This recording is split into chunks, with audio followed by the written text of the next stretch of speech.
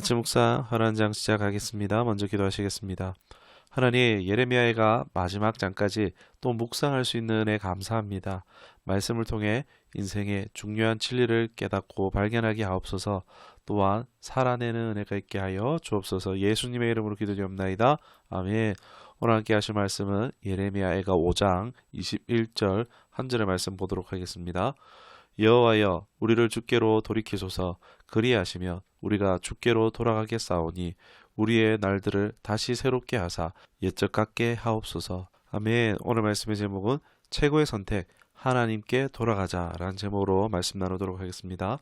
예레미야가 5장은 에카로 시작하지 않고 하나님을 부름으로 시작하고 있습니다. 앞에서는 이제 비탄의 시들이었으면은 5장은 하나님을 향해 부르짖는 간구의 시라고 할 수 있습니다. 본문의 이제 대부분의 내용은 바벨론 침공으로 인한 피해 상황, 치욕과 고뇌, 낭망에 대해서 묘사하고 있습니다. 기업이 외인의 손에 넘어갔다. 고아와 가부가 많아졌다. 물조차 값을 치러야 한다. 이방인들에게 구걸하는 등의 이제 고통스러운 상황들이 묘사되어집니다. 이 강구시의 이제 핵심 구절은 바로 오늘 읽었던 21절이라고 할 수 있는데, 옛적 같게 하옵소서라는 이 말은 이스라엘 백성들이 과거에 경험했던 하나님의 은혜와 축복, 그리고 그들과 하나님 사이에 있었던 긴밀한 관계를 회복하기를 간구하는 내용이라고 볼 수 있습니다. 이 구절은 이스라엘 백성들이 바벨론에 의해서 멸망당한 후 절망적인 상황 속에서 하나님께서 그들을 다시 돌보시고 과거와 같이 그들을 인도하고 보호하시기를 간절히 기도하는 마음을 담고 있습니다.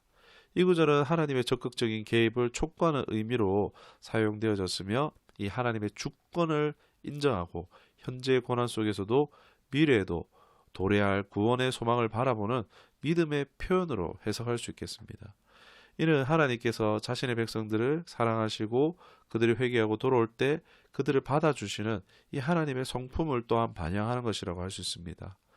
그러니까 이 구절은 단순히 과거로 회개하는 것을 바라는 것이 아니라 바로 하나님과의 관계가 회복되어져 그로 인해 백성들의 삶이 다시 새롭게 되기를 간절히 바라는 깊은 영적인 갈망이 담겨져 있습니다. 이러한 기도는 오늘날 우리에게도 적용될 수 있으며, 어떤 상황에서도 하나님의 은혜와 사랑이 변함없이 우리를 향해 있음을 상기할 수 있습니다.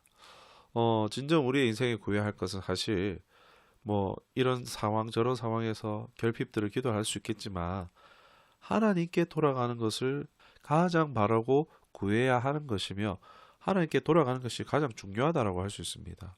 우리에게 있어서 참되고 유일한 기도 제목이라고 할 수 있습니다. 그러나 이 사실을 알지 못할 때에 우리의 기도 제목은 끊임없이 반복할 뿐이죠. 상황과 환경만 다를 뿐 끊임없이 결핍의 해결을 위해서 기도하기만 급급하게 됩니다. 이러한 인생의 문제를 끝내는 것은 그분 안에 거하는 것입니다. 그분에게로 돌아가는 것입니다. 이 예레미야가 마지막 장에서 비로소 인생에 가장 필요하고 중요한 것은 무엇인가 라는 것을 마주할 수 있습니다.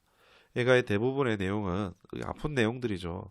그런데 이 중요한 진리를 받아들이기 위한 일련의 준비 과정이었다라고도 할 수 있습니다.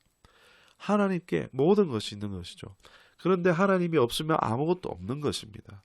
오직 우리는 그분께 나아가는 것밖에 할 수 없으며, 그것이 가장 최선이라는 것에 도달하며 인정하게 하는 것입니다. 저자는 이것이 어떠한 절망 중에서도 유일한 해답이자 소망으로 소개하고 있습니다. 오늘 우리에게 길이요 진리요 생명 대신 예수님께로 날마다 나아가 모든 것이 하나님께 있잖아요.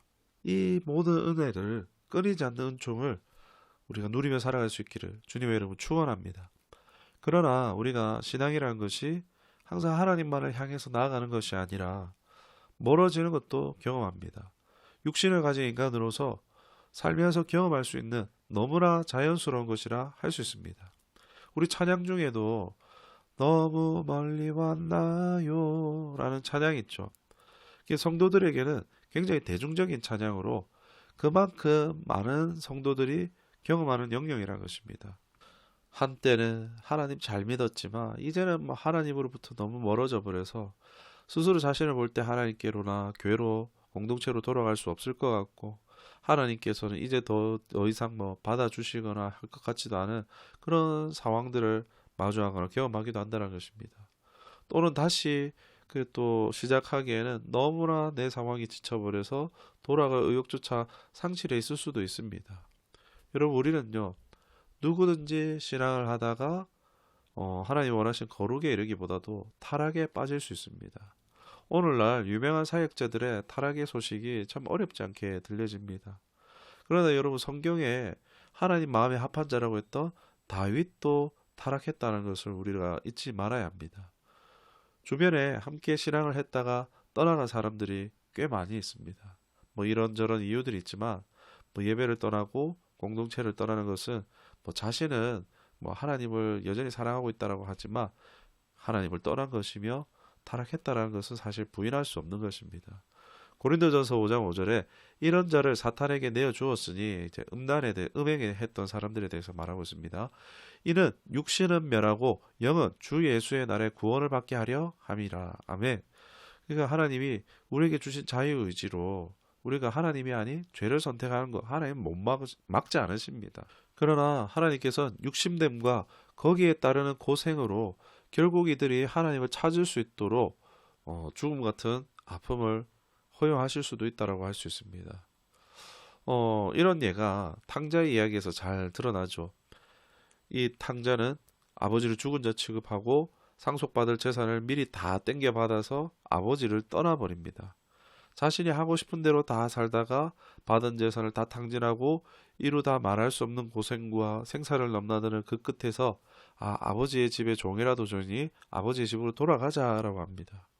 뭐 그래도 이제 아버지의 집에 종들은 줄이질 않겠지라는 이런 작은 소망이라도 품고 돌아가게 되어지고 생각지도 못한 상상하지도 못한 놀라운 회복의 은혜를 경험하게 되어지는 것을 봅니다. 여러분 이러한 이야기는요 모든 성도들의 바로 나의 이야기들인 것입니다. 끝에 붙잡은 하나님을 향한 소망이 아버지께 돌아가는 것이 은혜의 자리로 회복의 자리가 되어졌다는 것입니다. 어떠한 소망이 끊어지든 하나님을 향할 때에 하나님은 결코 그 기회를 놓치지 않고 우리를 붙드시고 회복시키실 것입니다. 구원으로 인도하실 것입니다. 그런데 그 마음 먹기가 힘든 거죠.